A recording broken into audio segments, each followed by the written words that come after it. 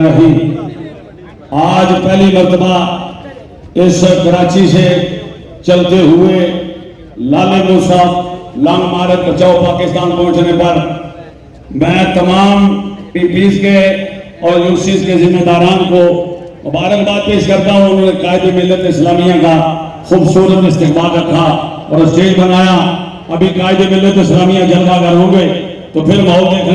आशिके रसूल है तू कांधों पे उठाएंगे, किताब सा है चेहरा तेरा और चमकते नैन, किताब सा है चेहरा तेरा और चमकते नैन, फख्र पाकिस्तान है तू इब्ने खादिम हुसैन।